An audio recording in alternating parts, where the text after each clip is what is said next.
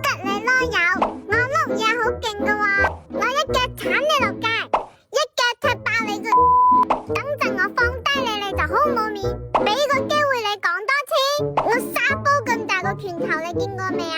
有咩依郁，揸住碌竹，彈開啲啦，阻住個地球轉，你係咪身痕啊？想學更多粵語罵人知識，請關注我。張嘟嘟，你自己講今次又衰邊範啊？耳仔痛痛，咁耳仔痛痛點搞出嚟噶？我自己癢成咁樣。咁下次仲敢唔敢啊？唔敢啦。咁醫生點講噶？要剪指甲。咁以後要唔要乖乖地剪指甲？唔制，我唔剪。我真係生個叉燒都好過生你啊，張嘟嘟。唔知，佢仆街，佢番薯，佢吔蕉，佢核突，佢黐線，佢戇居，佢收皮啊！今天我教大家怎麼用粵語罵人。首先，你真係學噶，鬧人係唔啱噶。